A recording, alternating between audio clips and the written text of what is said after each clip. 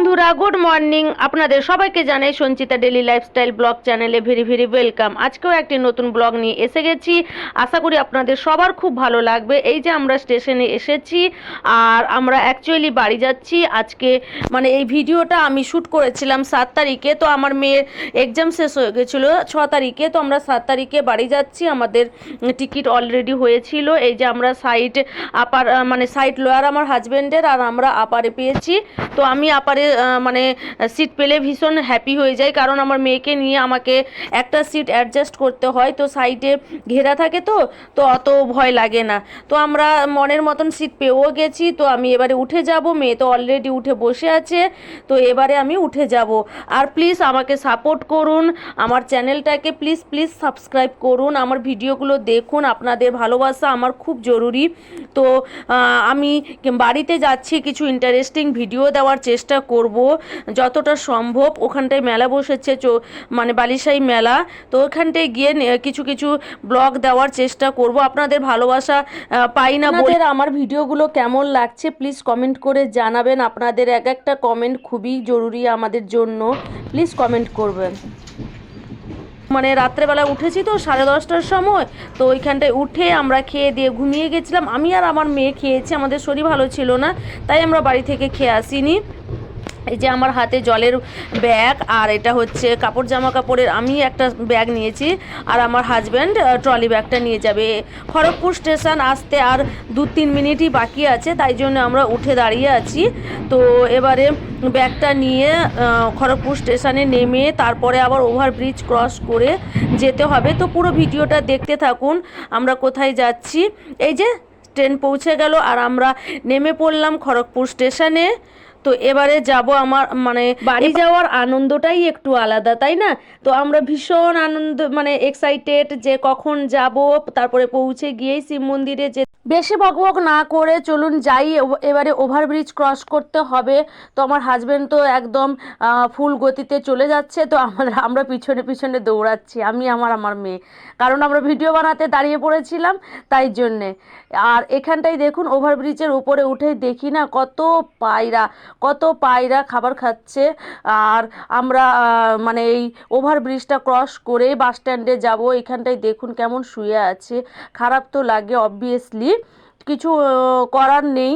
তো এইখানটায় মানে এই ট্রলি ব্যাগটা ভীষণ ভারী হয়েছিল, নিয়ে নামতে বড্ড কষ্ট হয়েছে। এবার ওভারব্রিজে নেমে পড়ে মানে ক্রস করে নিয়ে আমরা যাচ্ছি এবার বাস স্ট্যান্ডে। আর বাস স্ট্যান্ডে অনেকটাই হাঁটতে হয়, তাও 5 মিনিটের মতো তো হাঁটতেই হয়। 5 মিনিটের মতো এই ব্যাগ নিয়ে হাঁটাটা সহজ কথা নয়।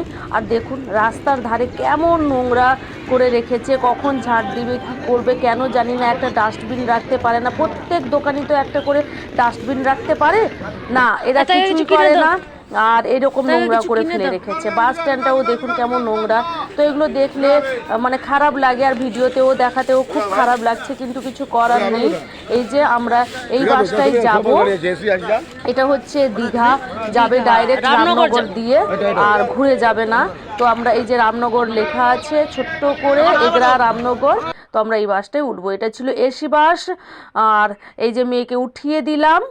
এবারে যাই চলুন, একদম রামনগরে মানে গিয়ে দেখা হচ্ছে, আর পারলে রাস্তার কিছু দৃশ্য আপনাদের সাথে শেয়ার করব।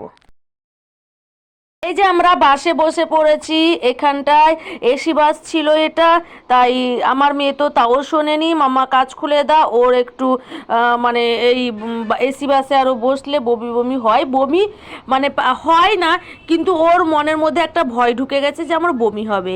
এই যে দেখুন এরা জল নিয়ে আসছে কুদি থেকে, আমাদের চৈত্র মাসে এখানে শিব ঠাকুরের মাথায় জল ঢালা হয়, তাই অনেক দূর থেকে জল নিয়ে এরা অনেক অনেক দূরে যায়। তো এটা কুদি থেকে জল নিয়ে আসছে।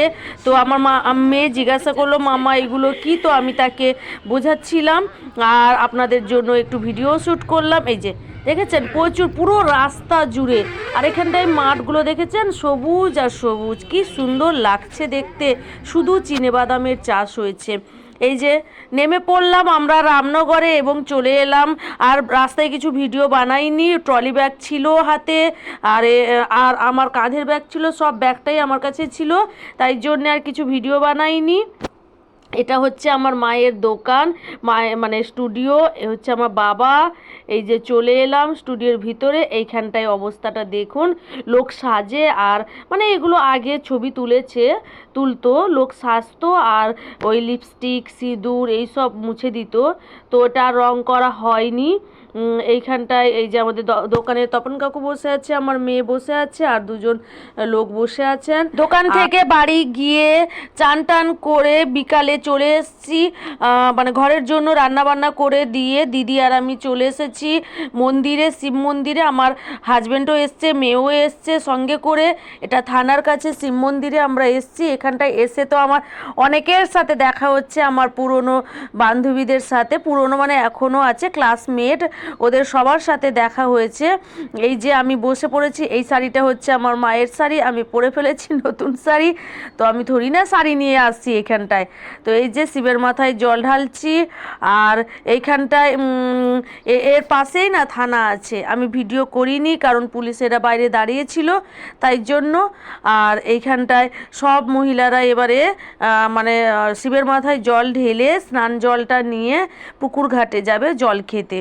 তো দেখতে থাকুন পুরোটা আমরা কি করছি। কোনো জায়গায় পুজো দিলে না পুষ্পাঞ্জলি হয় না, বাট আমরা বাঙালি তো, আমাদের পুষ্পাঞ্জলি না হলে মন শান্তি হয় না। তো আমাদের বাড়ির কাছে তো পুষ্পাঞ্জলি হয়, তো পুষ্পাঞ্জলি দিয়ে পুজো করাটা একটু ভালো লাগে। আর এইখানটায় আমি মন্দির থেকে বেরিয়ে এসে গরুদেরকে খাইয়ে দিচ্ছিলাম, এরা খাওয়ার জন্য এসেছিল এইখানটায়। তো আমি প্রসাদ নিয়ে খাইয়ে দেওয়ার পর আমি নিজে পুকুর ঘাটে দাঁড়িয়ে স্নান জল খেয়ে নিচ্ছি। সকাল থেকে মানে জল খাইনি, কিছু করিনি। এবারে স্নান জল খেয়ে বেলপাতা খেয়ে একটু মনে হলো শান্তি এলো। তো আমি তো শিবের ব্রততে কিছু খাই না, সারাদিন আমি কিছু কিন্তু খাইনি, শুধু জল আর জল খেয়েছি আর রাত্রেবেলা দুটি ছোলা খেয়েছি, আর কিছু খাই। এই যে এখানটায় সব ধূপগুলো জ্বালিয়ে দিয়েছি। হ্যালো গাইস, আমি আমার একটা বান্ধবীর বাড়িতে এসেছি মন্দির থেকে ঘুরে এসে। তারপরে আমি একটা বান্ধবীর বাড়িতে এসেছি, আমার ছোটোবেলাকার বান্ধবী, আমার বাড়ির পাশে। তো তাদের বাড়িতে এসেছি। এই যে এটা হচ্ছে বান্ধবীর বোন, এর নাম সুনু, এরা ভারতী। এটা তো আমার দিদি, এটা তো আমার বাচ্চা, এটা তো আমার বর, আর এটা তো আমি।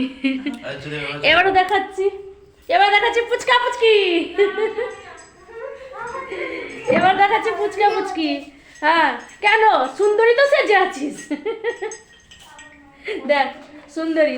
শরবত বানাচ্ছে, শরবত গ্লুকন্ডি। ওই মুখ দেখা খালি খেলে। এদের ঘরটা খুব সুন্দর লাগে না গো, এদের ঘরটা খুব সুন্দর লাগে, প্রচুর স্পেস এদের ঘরটায়। এখানে একটা স্পেস, ওখানে একটা স্পেস, কিচেন, ওইটাই। কেন আমি তো ব্লগ বানাচ্ছি। হ্যাঁ এরা হিন্দিতে কথা বলে বাবা, হ্যাঁ এরা হিন্দিতে কথা বলে না। তো রাউরকেলায় থাকে, ও তো ইংলিশ মিডিয়াম স্কুলে পড়ে, বলো হিন্দি পড়ে। সেটা কি কথা রে?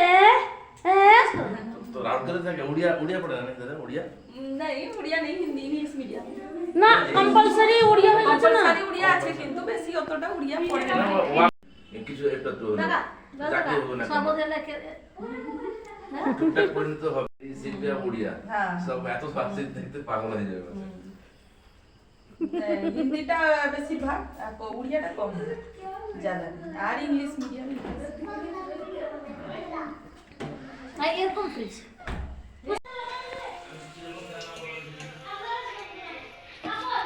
কিরকম মুড়ি কি ছাড় দিলু?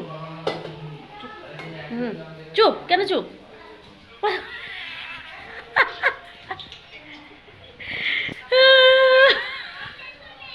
ক্যামেরায় মুখ দেখাবি না, তোর ক্যামেরায় মুখ লিখি ছাড়বা। দেখ গরমটা ওই কেন রে? ওই না মুনা, এই কড়াগুলো না ইয়েলেমি। এই যে লুচি ছাকা চলছে, না সরি এটা বেগুনি ছাকা চলছে, খেতে দেবে বলে আমাদেরকে। এখানটায় আলুর দম, এখানটায় বেগুনি, আর এখানটায় লুচি বানিয়েছে। কিন্তু আমি তো খাবো না, আমি তো খাই না আগুনের কিছু, এরা খাবে। মানে আমার বর, আমার দিদি, এই যে পুচকা পুচকি, এরা খাবে।